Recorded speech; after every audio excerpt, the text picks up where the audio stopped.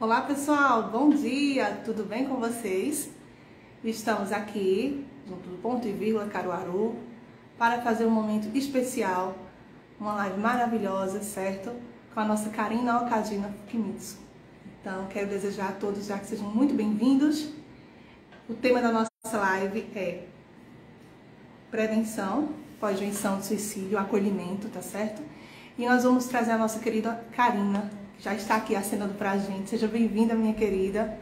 Tá? Eu sou vice-coordenadora do Grupo Ponto e Vírgula e estou aqui para a gente ter uma conversa hoje maravilhosa de acolhimento, de prevenção e pós-venção.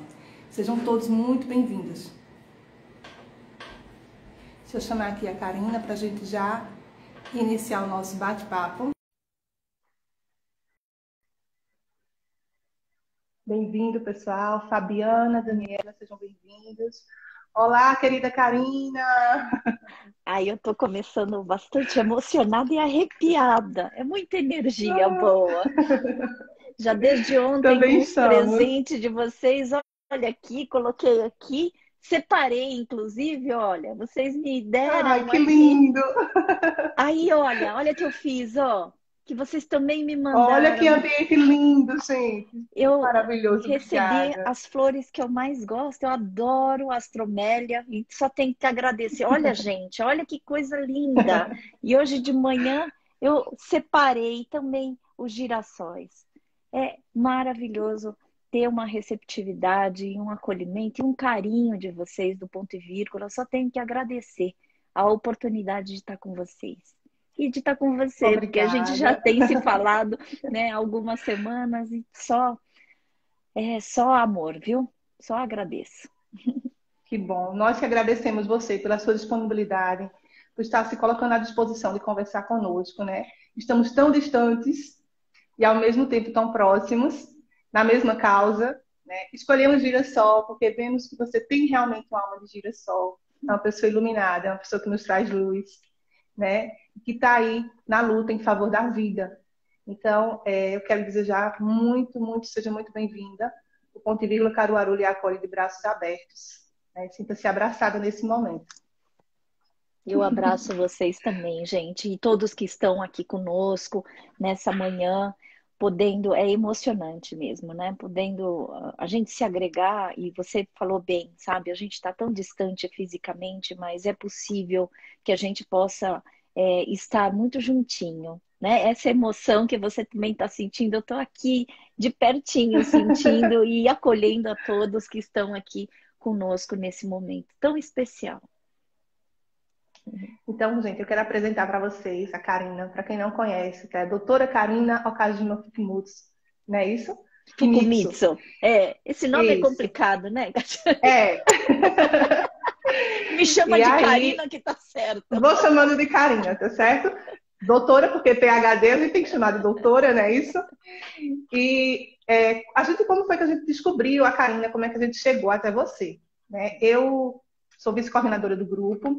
O grupo Ponto e Vírgula atua em Caruaru desde 2016, por ideia do Beto Moura. Ele teve a iniciativa de falar, informar sobre o suicídio, sobre os dados estatísticos, chamou um grupo de amigos para falar da importância de informar a todos do cuidado com o outro, né? De prevenir, de olhar para o outro, de ter esse carinho do acolhimento, da depressão, da pessoa que tem a ideação suicida, de estar ali nesse acolhimento.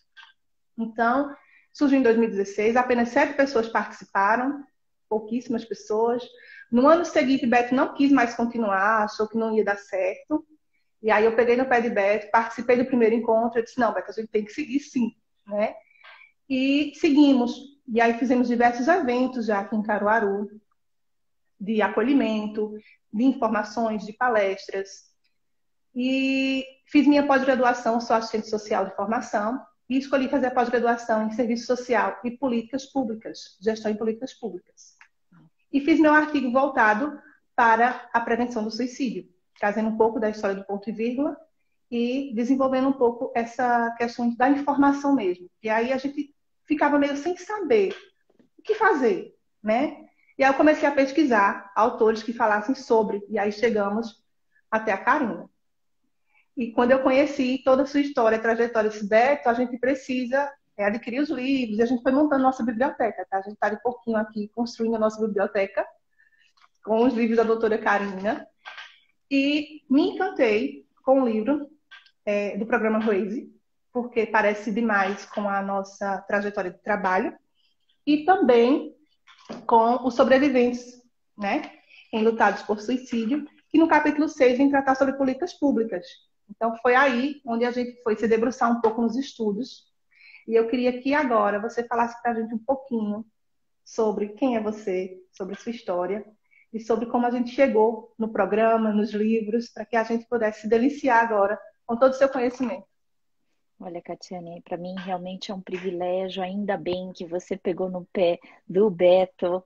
E tem uma característica de ser uma pessoa muito carismática, muito acolhedora, né? E ainda bem que você retomou esse projeto, esse trabalho lindo que vocês têm desempenhado desde 2016. Eu fico muito orgulhosa. O ano passado, inclusive, vocês me convidaram para fazer uma live. Eu estava absolutamente comprometida com o meu tempo, eu recusei, e a partir desse momento o Beto começou a participar de um jeito muito atencioso e carinhoso das minhas lives. Então, eu tenho 3 pessoas que eu quero agradecer muito, que é o Beto, né, a Débora de Marco e a Gabriela Mello. Esses 3 sempre foram os meus parceiros, principalmente do ano passado, e que foram me acompanhando.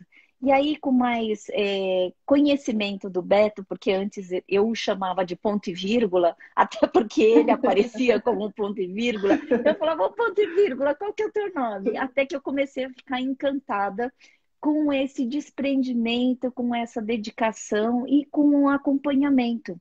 Que é assim que eu acredito que o trabalho de vocês tem acontecido. Porque quando você fala, eu peguei no pé para o Beto não desistir, né? Eu acho que é isso que os amigos fazem, é isso que os girassóis, né, têm essa missão e esse chamado da gente convocar, né? Porque muitas vezes, e eu posso falar assim, eu tive ajuda de muitas pessoas, e eu posso falar que o Beto foi uma dessas pessoas, juntamente com essa, né, com a Débora, com a Gabriela e com todas as outras pessoas, Fátima Martuccelli, tem outras pessoas preciosas que fizeram com que eu não desistisse. E eu estou falando tudo isso porque esses 2 livros que você cita foram momentos em que eu quase desisti. E eu tive uma certa ideia de que eu nunca conseguiria fechá-los, porque esses 2 livros são o resultado do meu pós-doutorado. E quando eu tive a inflamação cerebral, eu estava no meio do pós-doutorado. Eu estava vivendo todo o tsunami existencial, que por isso que hoje em dia eu trago a ideia e aproximei a ideia de ser o suicídio, né, um tsunami existencial. Porque eu estava vivendo visceralmente aquilo que eu estava me propondo a estudar no pós-doutorado: cuidados e intervenções aos sobreviventes enlutados por suicídio. Então, hoje em dia, eu utilizo muito mais a palavra enlutados do que sobreviventes. Eu tenho essa preferência. No entanto, é uma recomendação do Schneidman, que ele realmente é o guia dos meus estudos, né? A pessoa que eu estudo bastante, porque é dele esta ideia, primeiro, da gente fazer pós-vention. Pós-vention é um termo que ele cunhou, é uma oferta dele, dos estudos dele, que é um estudioso em prevenção do suicídio, e ele começa a trazer essa proposição do pós-vention, ou seja, que aqui no Brasil foi traduzido como pós-venção. Eu pego no pé de muitas pessoas que colocam pós-venção com acento, né? Porque assim, não é só uma simplicidade, eu acho que é um jeito da gente começar a fazer uma linguagem do campo da suicidologia, que eu acho que é importante. Então, eu coloco pós-venção como uma tradução desse termo que foi cunhado e criado pelo Schneidman, que ele começa a trazer a ideia do quanto é necessário a que a gente ofereça um espaço e ações que podem minimizar, se é que existe uma minimização, mas que a gente possa acolher. Eu gosto muito mais dessa ideia da gente minimizar e acolher os impactos de um suicídio, ou seja, de um tsunami existencial. Então, sabe, Catiane, para mim foi muito importante, porque foi realmente no momento em que eu estava absolutamente sem forças emocionais, físicas e espirituais para eu poder retomar. Então, eu acho que a vida e essas pessoas têm sido, inclusive vocês que estão com esse projeto, eu vejo uma certa multiplicação de tudo que eu desejei, que é essa possibilidade da gente não ficar aguardando somente políticas públicas, mas ações de todos os cidadãos brasileiros para que a gente trabalhe sobre essa temática, a gente trabalhe despertando a atenção, né, de que é necessário a gente falar sobre tudo, sobre o sofrimento existencial. Né? Eu não trabalho para diminuir os números do suicídio. Né? Você fala, como não, Karina? Porque eu acho que isso é muita onipotência. Eu parei de ficar querendo brigar contra uma coisa que é inevitável. O que eu trabalho é na condição de favorecer, e eu acho que as políticas públicas deveriam estar com esse tipo de pensamento, que a gente não vai para combater a morte, porque isso é inevitável. Mas quando a gente consegue entender que a gente precisa promover ações, e essas ações que valorizem a vida, que façam com que as pessoas possam se sentir acolhidas, que as pessoas possam se sentir não mais uma no mundo, né? Mas mais uma pessoa importante no mundo e na existência. Então, isso que você fez com Beto foi o que eu recebi de muitas pessoas, inclusive de institutos como o Ponto e Vírgula, tá? Que me fazem continuar diariamente com essa leitura de que eu não vou ser onipotente para combater a morte. E isso também aprendi com um pessoal do... Ai, gente, eu esqueci. Gabriela, você me ajuda? Como é que é aquela live que eu fiz daquele pessoal de Franca? Meu Deus do céu, peço perdão, do Jamil e da Suzy. Se eles estiverem aqui, vocês colocam nomes, né? Porque isso eu acho que é importante a gente fazer. Quanto mais a gente puder, né, ame sua vida, eu acho que é isso, né? Que também é um outro projeto que eles têm, né? Que eu fiz uma live há pouco tempo.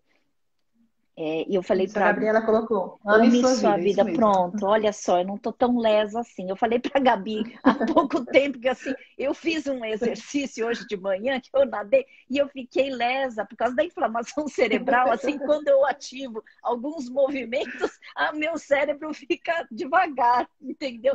Mas ainda bem que eu lembrei, né, Gabi? Ainda bem. Então, é isso que eu faço.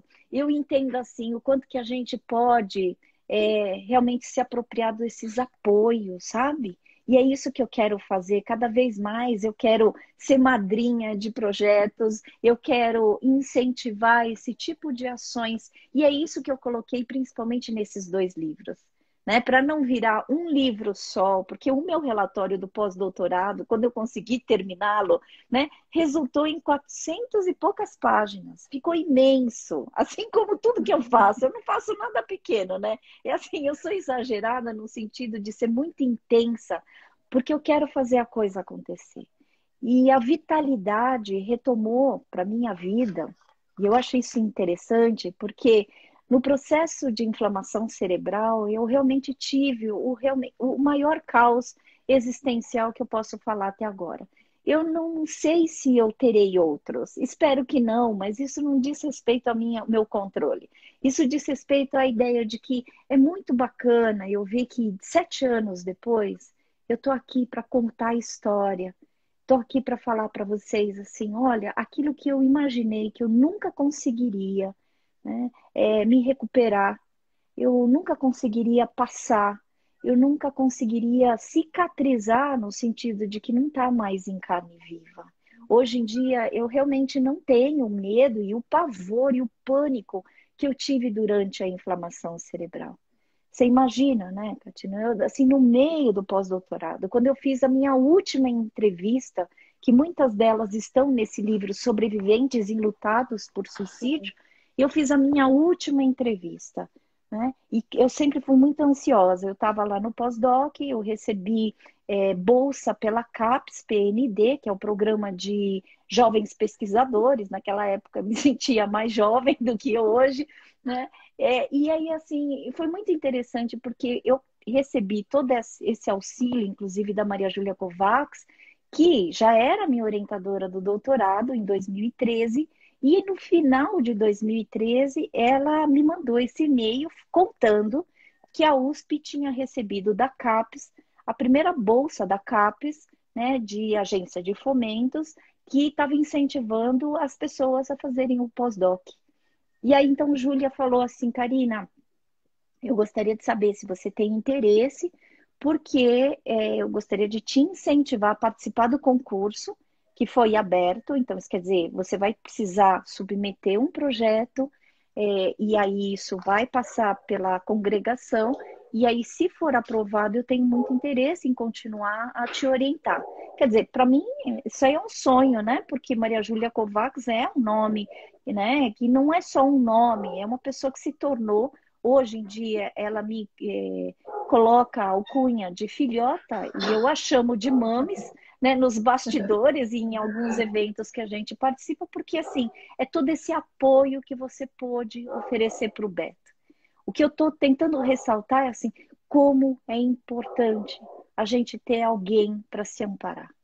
Como é importante a gente saber que a gente pode contar com pessoas, né? E que isso é o que mais beneficia todo o trabalho do campo da prevenção e da pós-venção. Bom, eu prestei o concurso, passei em primeiro lugar, pedi a licença sem remuneração na instituição que eu dava aula. Eu estava dando aula na graduação de psicologia numa instituição particular. E aí eu pedi, porque eu não estava pronta para pedir demissão, com a ideia de que eu voltaria em 2 anos, porque esse era o prazo, né, que eu teria de bolsa e também que eu teria, né, para ter essa licença sem remuneração nessa instituição. Bom, a vida não é do jeito que a gente quer. No ano seguinte eu entro às pressas, né, com essa inflamação cerebral. E aí, Catine, para mim realmente foi um momento de muita provação. E eu acho que quando a vida nos coloca com situações limites, com situações das quais a gente começa a duvidar da nossa capacidade, né, daquilo que a gente chama de resiliência. E eu sei que resiliência é um termo da física, mas assim, a resiliência também, eu gosto bastante dessa ideia de que aquele objeto que estava daquele jeitinho, ele tem uma certa expansão. E foi assim, né, que eu percebo hoje, não naquele momento de desespero, não naquele momento que eu estava enfrentando a ferida, né? Mas hoje eu percebo que bom que eu consegui resistir e não desistir. E é isso que eu trabalho com as pessoas. Esses 2 livros, eles têm muito esse tom de gerenciamento de crise, só que o gerenciamento de crise só é possível quando a gente aprende a reverenciar a nossa dor. Aí você fala, Karina, o que é isso? Reverenciar a nossa dor, enquanto o que eu mais quero, né, é me livrar da dor. Da dor. Né? E eu falo, não, a melhor forma de você se livrar da dor é você olhar para ela. A maior e melhor forma de você percorrer um caminho para você se ver livre do teu sofrimento é reverenciando que nada é por acaso, entendendo que aos poucos você vai ter ajustamentos criativos necessários para você se virar nos 30, para você ter ajustamentos criativos, para você dar respostas. E não são as melhores respostas, e não são as melhores, né, respostas no sentido de serem perfeitas, porque a gente tem uma utopia de pensar que todas as vezes que a gente faz uma escolha, a gente vai acertar. Engano seu. A gente não acerta nas nossas escolhas, a gente tenta. E o que eu acho bacana é você acreditar que a cada dia você tem uma nova possibilidade. E se não está dando certo, né, senta, balança, respira para você continuar em outro momento. Às vezes a gente é muito afoito, né? Acho que eu falei muito, muito, muito. Eu quero falar aqui, vou Ah, eu trazer adoro. para você Adoro falar ficar te também. ouvindo. Eu ficar aqui, fica tranquila. Quando você traz essa dor, né? E aí eu começo a entender da seguinte forma: é na dor que a gente se ressignifica. Quando a gente começa a olhar, às vezes, a nossa dor, como você disse, olhar para a dor, a partir dali a gente aprende, né? E aí a gente, com essa dor, a gente faz coisas que a gente não imaginava, são inalcançáveis. Né? Quando eu comecei a me dedicar e a dizer, não, eu quero que o ponto e vírgula continue, o ponto e vírgula chegou na minha vida, a ideia do Beto chegou de forma, em um momento muito difícil da minha vida. Né? E eu disse, é preciso que as pessoas entendam, né, que depressão não é frescura, que depressão é doença, que precisa ser encarada, que precisa ter um apoio, que precisa ter um acolhimento. Então, é na dor realmente que a cura acontece, que a coisa vem de uma outra forma, que você começa a ver com outros olhos e que você começa a ressignificar tudo, né? Começa, de fato, a impulsionar outras coisas que são positivas. E na dor você não consegue enxergar, mas quando passa, como você disse, depois, hoje eu consigo ver lá atrás, né, o que fez na minha vida, né? E o quanto isso fez você crescer, fez você trazer para a gente tantas coisas maravilhosas.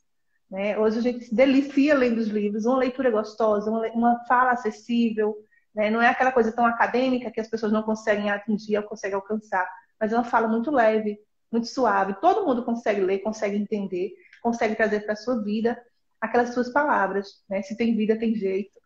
E a gente vai pegando essas frasezinhas e vai guardando ali no coração da gente, a gente vai encaixando numa palestra, numa fala, numa live, porque vai ficando, né? Essas falinhas que você traz pra gente, essas pequenas frases, de dizer se tem vida, tem jeito, que a gente tem que estar ali seguindo em frente. Então, são coisas que você traz nos livros, são coisas que você traz pra gente, que nos fortalecem.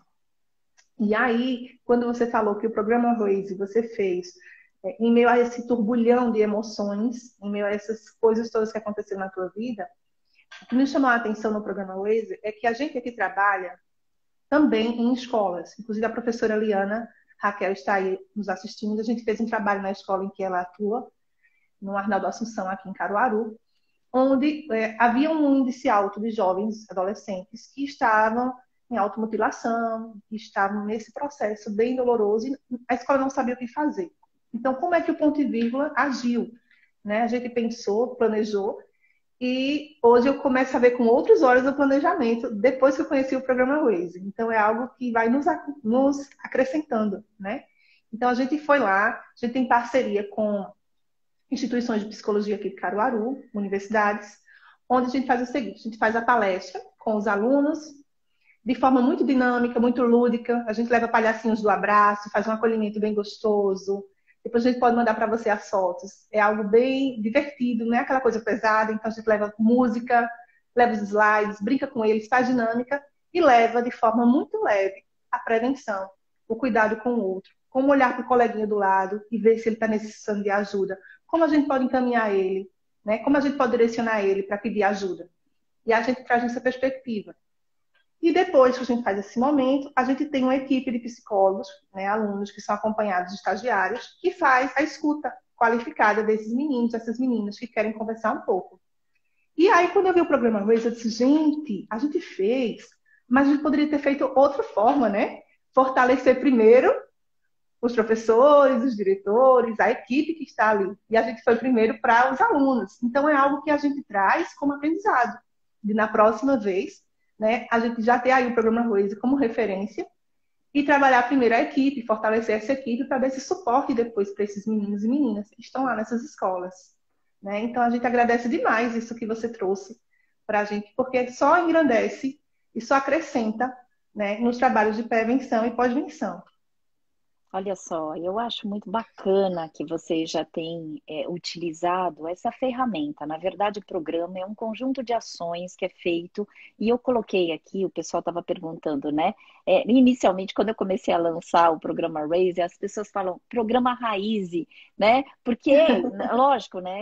As pessoas não sabem que eu estou falando de um termo, porque todas as minhas referências, né, foram muito. Porque eu fiz um mestrado nos Estados Unidos, então, desde que que eu fui para os Estados Unidos em 99, fiquei até 2001, onde eu fiz esse mestrado, e eu fui arrecadando e juntando material para que eu pudesse trazer essa questão do enlutamento e da pós-venção. Tá? Então, assim, eu tenho muito material, porque lá eles, até porque o Schneidman, ele traz um estudo da Associação Americana de Suicidologia, e ele já vinha com esta proposta de estudar principalmente o luto por suicídio, falando que a pós-venção seria a prevenção de gerações futuras. Isso quer dizer que eu acho que isso é importante, porque o enlutado, ele é, né, enquadrado, ou pelo menos caracterizado, como fazendo parte de um grupo de vulnerabilidade. Bom, o RAISE, então, significa elevar. E o RAISE é um acrônimo. Acrônimo é quando a gente pega as letras, né, as primeiras letras e forma palavras. Então, RAISE, o R significa ressignificações. O A significa acolhimento. O I, integrativo, do sofrimento existencial. Portanto, um programa, um conjunto de ações destinados para que a gente pudesse ressignificar e acolher integralmente o sofrimento existencial. Eu acho muito bonito que vocês já estão atuando nesse programa. Porque o que você fala, Catiane, eu acho muito bonito realmente, porque você vai lá, faz palestras, né? Você traz a possibilidade de você ir com os palhacinhos, né? Os palhacinhos do abraço, como é que chama? Palhacinhos do abraço, Pronto, dos palhacinhos do abraço. Eu também sou palhaça, né? Não só na vida, mas assim, eu sou a palhaça Kibô. Eu não sou engraçada, mas eu encontrei, e eu fazia antes pandemia, as visitas no servidor público junto com os meus amigos, né? Que a gente ia lá no servidor e eu entregava tsuru. Então, a minha filha falou assim, quando descobriu que eu era palhaço, falou assim, mãe, mas você não é nem um pouco engraçada. Eu falei, tá tudo certo, minha filha, eu entrego tsuru. Então, a minha graça é fazer coisas com papel. E aí, por que eu tô falando isso? Quando vocês vão com os palhacinhos do abraço, vocês vão com a possibilidade de arte, é vocês poderem ofertar um outro lado, a alternância da vida. Eu gosto muito, porque realmente eu acredito demais que a arte cura. No programa RAISE, eu também coloco que uma forma de você acolher integralmente o sofrimento humano é oferecer, né, momentos de luz, momentos em que a pessoa possa se sentir não só aprisionada pela escuridão que ela está vivendo, porque a gente sabe que a pessoa que principalmente se autolesiona, a pessoa que pensa em se matar, está em intenso sofrimento existencial. Então, a gente precisa sempre buscar levar, ou pelo menos ofertar a possibilidade dessa pessoa olhar para um outro foco. Eu não estou falando da gente distrair a pessoa de olhar para a própria ferida. Eu estou falando que existe uma necessidade da gente ofertar uma prática integrativa para entender que um ser humano é luz e sombra o tempo inteiro. É óbvio que todo processo autodestrutivo é aquele que vai chamar mais atenção. É óbvio que a primeira coisa, quando a gente é chamada, principalmente profissional, né, para ir para a escola, é como se a gente fosse chamado para resolver a situação. Um raiser, ou pelo menos uma pessoa que utiliza o programa RAISE, não pode estar enveredado, né, ou direcionado para essa ideia de que vai salvar vidas. Não salvamos vidas. Eu me formei em 1993 como psicóloga. Eu tinha ainda uma onipotência de salvar vidas. Eu fui ser psicóloga, inclusive, porque eu gostaria de mudar o cenário brasileiro para que tivesse uma conversa sobre prevenção do suicídio. Na época, eu estava absolutamente dedicada para a prevenção do suicídio. Bom, eu escrevo Suicídio Gestalt Terapia com o objetivo de despertar a atenção das lides acadêmicas para isso. O meu sonho de consumo era fazer isso que eu estou fazendo agora com vocês. Ter momentos de conversa para que a gente pudesse, né, trazer essa informação, porque eu acredito que a informação é uma forma de prevenção, sabe? É uma forma de trabalhos psicoeducativos, principalmente. Os meus livros são, né, escritos com um propósito, primeiro, de falar fácil. eu fiz uma promessa para mim, que quando eu começasse a escrever, e se eu pudesse escrever e lecionar, né? Se eu pudesse ser professora universitária, que assim eu sou, se Deus me desse realmente essa dádiva de poder ter a palavra e utilizar a palavra, né? Com o objetivo de trazer e oferecer discernimento e discriminação para que as pessoas pudessem falar o que eu estou fazendo da minha vida, né? Eu o faria de forma fácil. Tanto é que um dos maiores elogios que eu já recebi foi da Yolanda Cintrão Forghieri, que fez parte e foi assim a minha mentora, inclusive na fenomenologia. Yolanda foi realmente um grande exemplo na minha vida e ela fala na defesa do meu doutorado. Karina, você tem uma condição que eu gosto muito. Você fala fácil. O difícil é falar fácil. E isso, para mim, funcionou como um elogio, não no sentido de eu falar para vocês como arrogância, sabe? Eu estou trazendo que, assim, eu me proponho a falar fácil porque eu quero atingir sensibilidade e coração do outro. E a gente não fala isso colocando a teoria como anteparo. Eu não acredito, sabe, naquele que fala muito e que tenta mostrar que sabe muito e fala difícil, Uhum. porque aí a gente tem que procurar o dicionário para entender. Você fala, oi, eu emburreci, entendeu? Então, assim, minha proposta Falou, eu não entendi nada, né? e aí você fala ainda achar que o cara é inteligente, né? Porque você fala. É, E aí pois isso é. é uma coisa que eu tenho, realmente é um preconceito, né? De pessoas que estão na academia e que usam a teoria para como vaidade, como recurso de vaidade para serem admirados, mas assim, o que adianta você ser admirado se ninguém te entende, entendeu? E como eu sou muito Verdade. carente, sabe? Eu sempre busquei ser entendida, compreendida nas minhas palavras, nas minhas atitudes, né? Então, assim, eu acho que tudo isso que você está trazendo, você começa a perceber depois que você vai com os trabalhos com os alunos, vocês mesmos começaram a perceber da importância de vocês fortalecerem as pessoas da escola. Isso é muito importante também, porque eu utilizo no programa Raising uma sequência. E essa sequência, a proposta que eu trago é de utilizar a metáfora da máscara de oxigênio, que a gente aprende lá, né, no avião, que, Isso. primeiro, normalmente, principalmente os diretores de escola, como aconteceu no Colégio Bandeirantes, que eles me ajudaram a fazer uma contextualização brasileira em tudo aquilo que eu tinha escrito no relatório do pós-doutorado, é muito mais americanizado. Então, acho que a vida me deu esse presente no sentido de eu ressignificar, trazer novos significados, adotando uma coerência entre a versão brasileira e a versão americana que eu só tinha em teoria.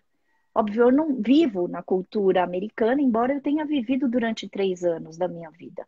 Mas o meu negócio é Brasil, né?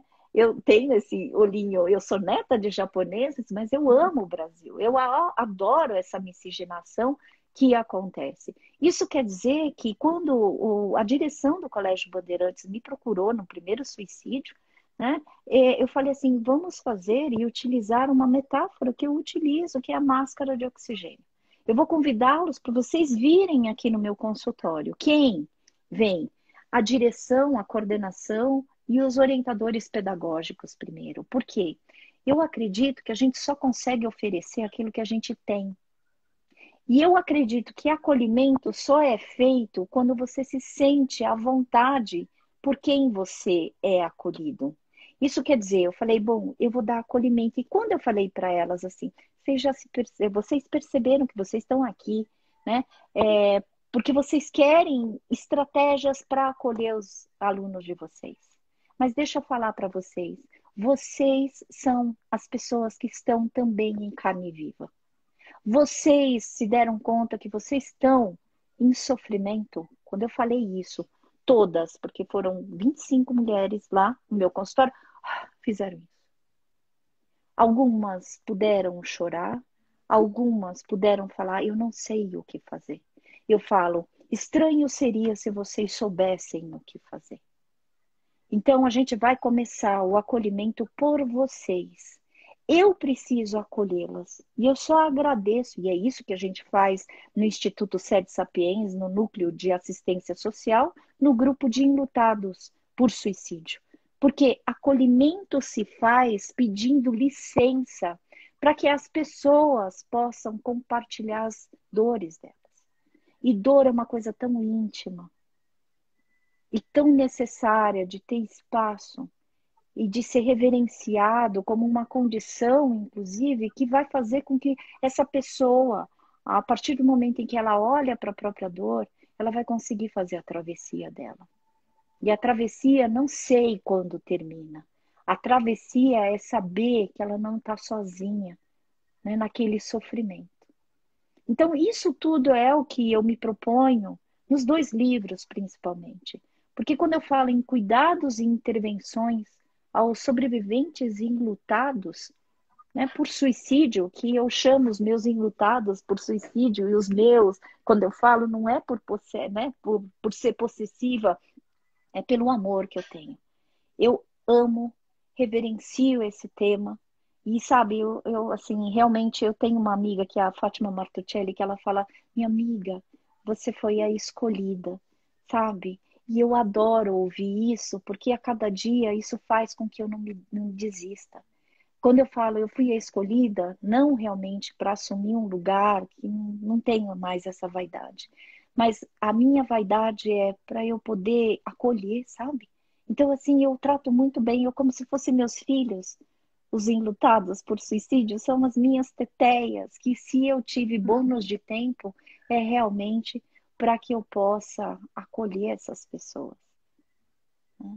Acolher E e dar esse seu ser lugar. escolhida, né? Ser escolhida, trazer essas pessoas a colocarem o seu sentimento para fora, porque a gente percebe que o enlutado, ele é excluído na sociedade. Então, a pessoa que perde a pessoa por suicídio, todo mundo foca no ato, no que aconteceu, e esquece os que estão ao redor, os que estão passando por aquela situação. E aí todo mundo não quer mais falar sobre, né?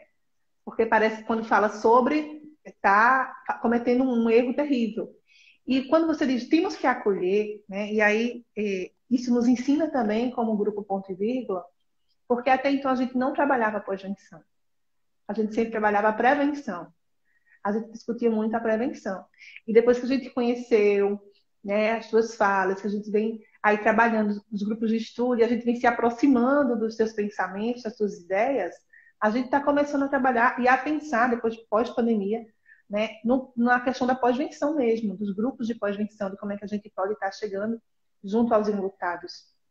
E isso é muito bom. Quando sua amiga diz que você é escolhida, é porque de fato você tem feito a diferença, né? Brasil afora, mundo afora, tem sido realmente referência.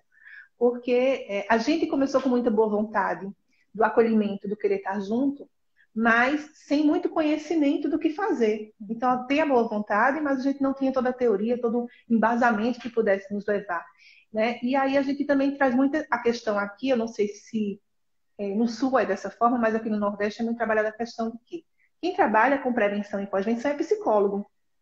Quem trabalha com depressão é psicólogos, né? Então, muita gente me questionava, Catiane, por que tu é assistente social e se interessasse por essa temática, né? O que é que isso tem a ver contigo? E é de suma importância a gente ter esse diálogo de assistente social e psicólogo para poder conversar sobre essa temática e dizer que isso é de todos, né? Isso é de todos. E não é preciso ter um nível superior, não é preciso ter feito 2º grau, não é preciso ter um curso técnico. É preciso ter boa vontade, ter coração aberto e querer acolher. Nossa, Né? E querer olhar no olho do outro, querer cuidar. Eu acho que independe dessas questões acadêmicas, independe do nível de status social, independe de qualquer outra coisa, depende apenas de nós, do querer acolher, né? Do querer olhar para o outro. Você falou tudo, sabe? E eu acho que independe da questão da profissão, sabe? Tanto esse é um paradigma que eu quis quebrar quando eu organizei, né, toda a proposta da pós-graduação em suicidologia da Universidade Municipal de São Caetano do Sul. Vou fazer um dia, se Pois Deus é, quiser, que eu eu vou sou para aí. coordenadora, porque eu queria chamar a atenção de cidadãos, de pessoas que se preocupam com a temática. Então, como requisito você tem que ter graduação, ponto. Não é graduação em saúde, não é graduação. Então, eu tenho assistentes sociais, eu tenho advogados, eu tenho professores, eu tenho mães, eu tenho pais, eu tenho gente. Eu tenho psicólogos, médicos, sabe? E jornalistas, porque, inclusive, todo o corpo docente, eu tenho vários professores que têm várias profissões. Então, assim, eu tenho acreditado muito e apostado, sabe, Catiane, que a necessidade da gente promover acolhimento a esse sofrimento integrativo, né, sofrimento existencial, diz respeito a todo ser humano. Eu acho que dá para entender que se a gente acessa o nosso humanismo, se a gente acessa o nosso lado humano, é tudo o que a gente precisa, né? Então, assim, não existe uma condição, porque eu quero realmente quebrar esse paradigma que é só um psicólogo, né, ou um psiquiatra que pode fazer esse acolhimento, senão a gente está perdido. Porque, olha, né, infelizmente, no plano de políticas públicas, o sistema de saúde pública está extremamente, né, violentado, né? Quer dizer, assim, a gente não tem muito, está prejudicado. Então, Violentado e adoecido, e né? adoecido, E aí eu fico isso. pensando nessa pandemia, tudo que vem sendo trabalhado, vivenciado com esses profissionais de saúde, o quanto estão adoecidos, Exato. né? E o quanto estão gritando por ajuda, por acolhimento de fato. Quantas Olha que coisas o, presenciaram, quantas coisas vivenciaram, olha né? que o Gustavo colocou, olha que lindo. É isso, toda alma pode ouvir outra alma. E outra, toda alma ferida sabe o lugar de vulnerabilidade que já se viu e já se encontrou. E sabe, então, que o que mais importa quando a gente está ferido é a gente receber esse acolhimento. Então, isso que o Gustavo trouxe, sabe, é genial, porque é isso que a gente quer falar. Eu sou psicóloga, você é assistente social, mas antes de tudo, existem pessoas que se comprometem, inclusive, em olhar para o próprio sofrimento e oferecer um espaço para que você possa escutar o sofrimento do outro. Gente, isso é lindo, sabe? Porque é isso, a prevenção é dever e é prática diária e é dever de todos nós. Se você já viveu em lugares, sabe, de dor, se você já viveu, e isso é possível, a gente também ter a possibilidade de imaginar que a morte seria uma solução. Porque é uma das coisas que eu mais falo. Primeiro, o suicídio é uma morte, né? Só que é uma morte trágica e que faz com que a gente paralise a nossa alma, inclusive pela morte de quem, né, partiu pelo suicídio. Isso quer dizer que muitas vezes a gente vai precisar acessar, não sei que tipo de força, por isso que eu escolhi estudar o luto por suicídio, porque é uma dor sem nome. É uma dor que você fica tão absolutamente fragmentado que tem horas, e por isso que eu desenvolvo a pergunta no doutorado, quem mata quem quando o suicídio acontece? Meu Deus, o que eu vejo de pessoas extraindo flor de pedra, né? Vivendo uma situação de vulnerabilidade, vivendo um ceticismo, se de repente ele vai sair desse limbo. E aí, então, eu tenho acompanhado um processo de luto que cada vez mais eu tenho falado não tem final. O processo de luto não é alguma coisa de começo, meio e fim. O processo de luto, né, é uma possibilidade de você se restaurar na vida e você se resgatar na tua existência. É você entender que você, apesar da dor e do grande sofrimento, e apesar da, né, grande ferida aberta, você vai ter condições de fazer essa travessia. E eu não falo para a pessoa, você vai sair dessa.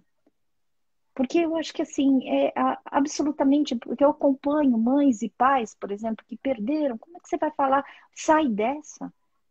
O que você não quer é sair disso, né? Mas você vai fazer a tua travessia acompanhando e encontrando um outro jeito de manter teu filho, essa pessoa que partiu, né, dentro de você.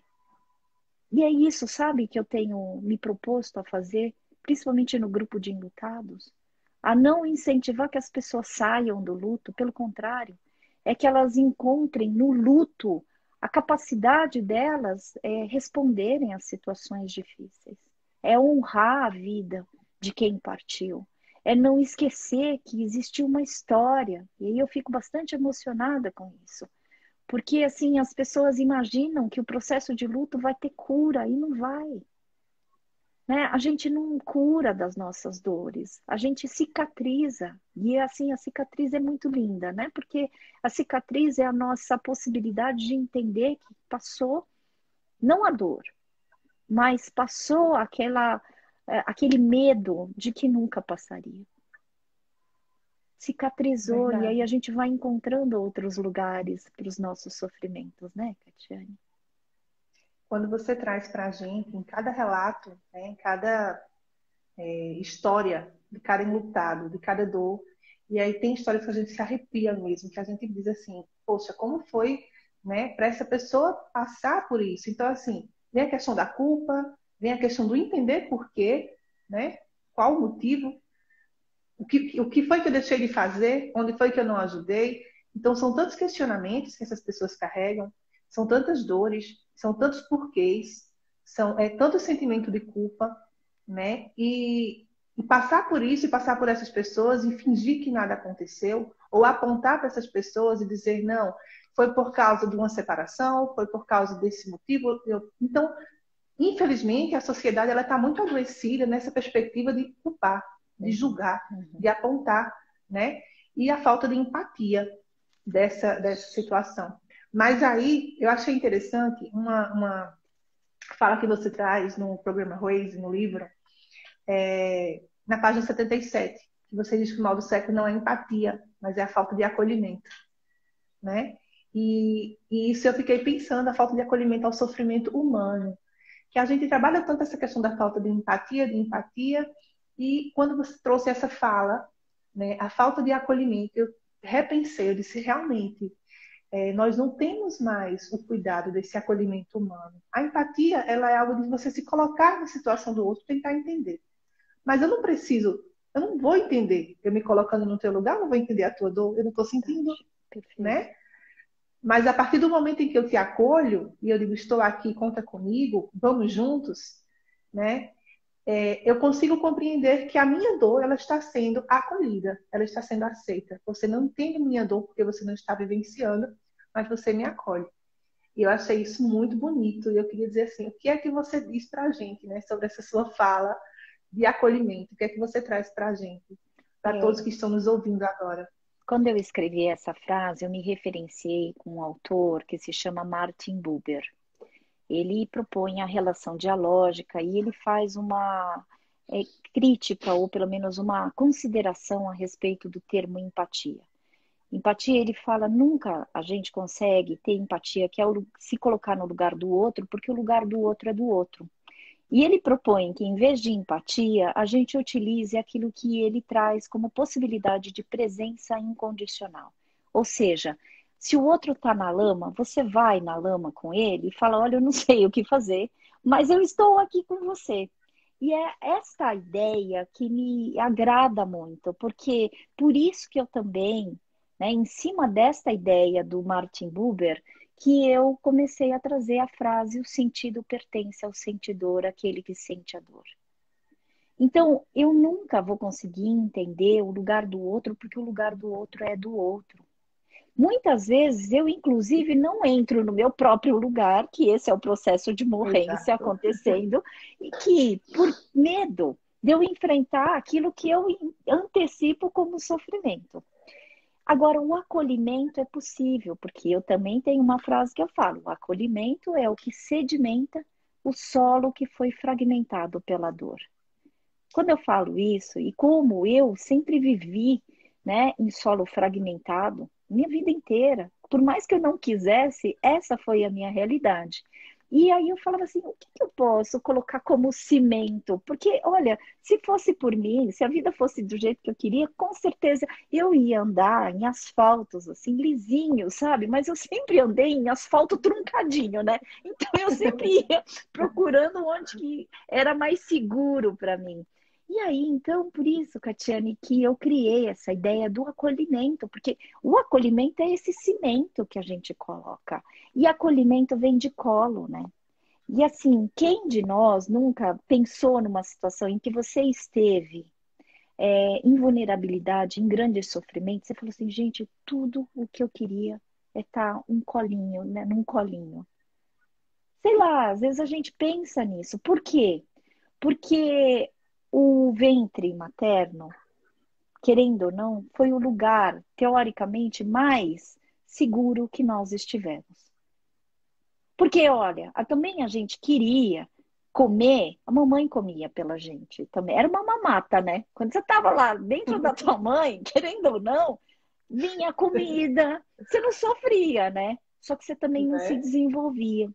E aí chegou um momento que você precisou sair da tua mãe, obviamente, no parto. Esse é a consagração da separação. E aí eu penso, isso eu aprendi com um autor chamado Le Boyer, que ele traz um livro lindíssimo, que ele fala Nascer Sorrindo. Só que o Le Boyer, ele fala assim, o quanto esse parto, essa forma de você sair da tua mãe também é traumático. Porque é um primeiro momento em que você precisa começar a entender que nasceu um ser que vai precisar buscar desenvolver o autossuporte. Ou seja, o meu autoapoio, eu vou precisar lidar, né, com as minhas próprias necessidades. O colo é a possibilidade de você voltar para a sensação de que você não precisa fazer mais nada que as pessoas vão fazer por você. E isso, em alguns momentos, principalmente de dor, é muito necessário.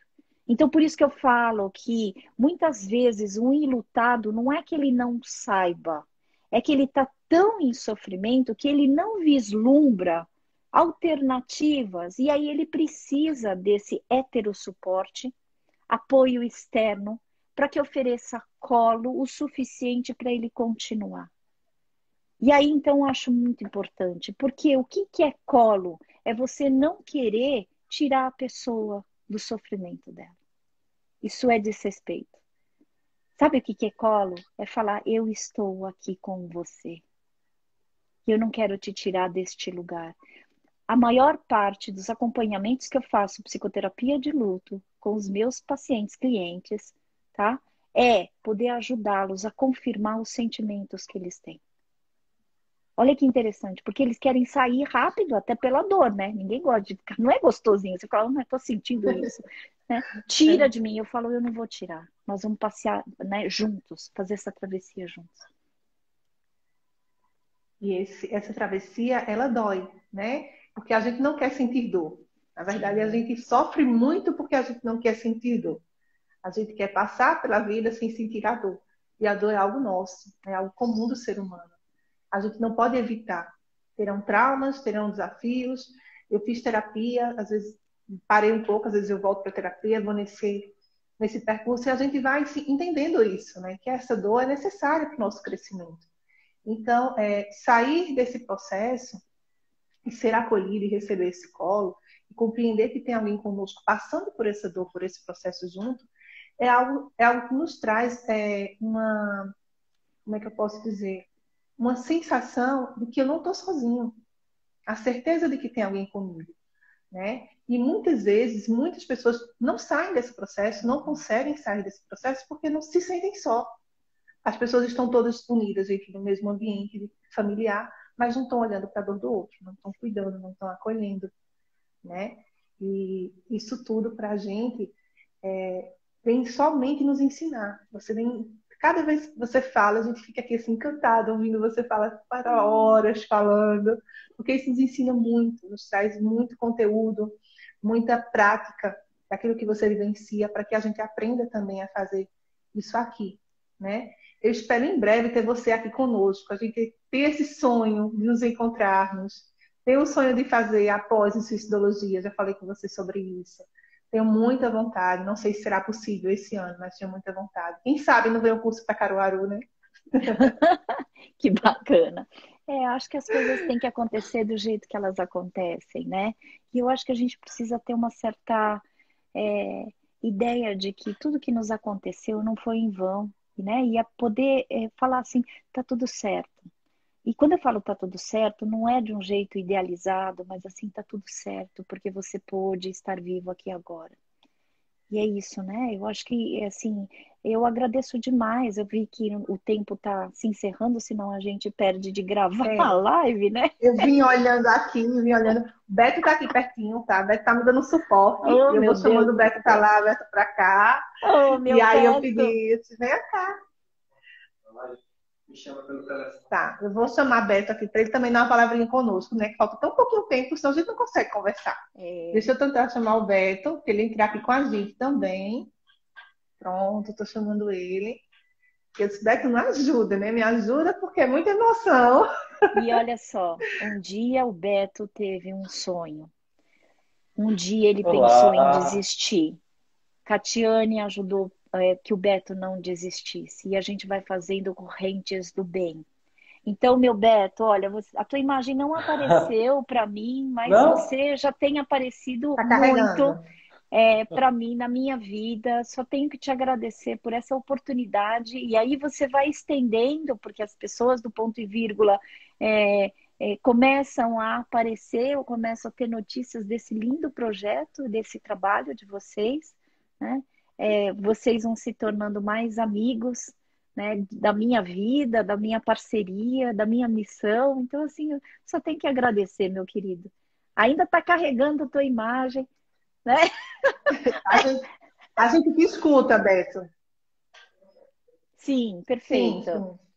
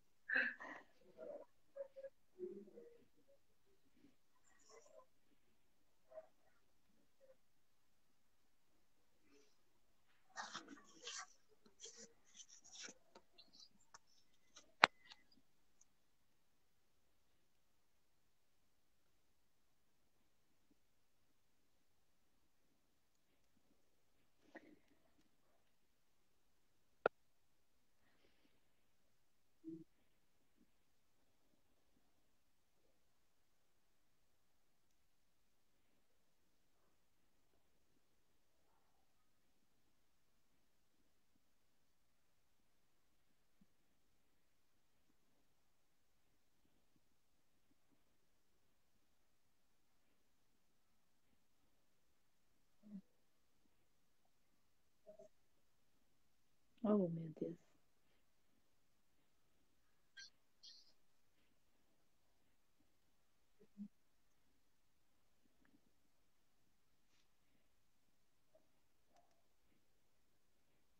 Beto, as pessoas estão escrevendo que não conseguem te ouvir.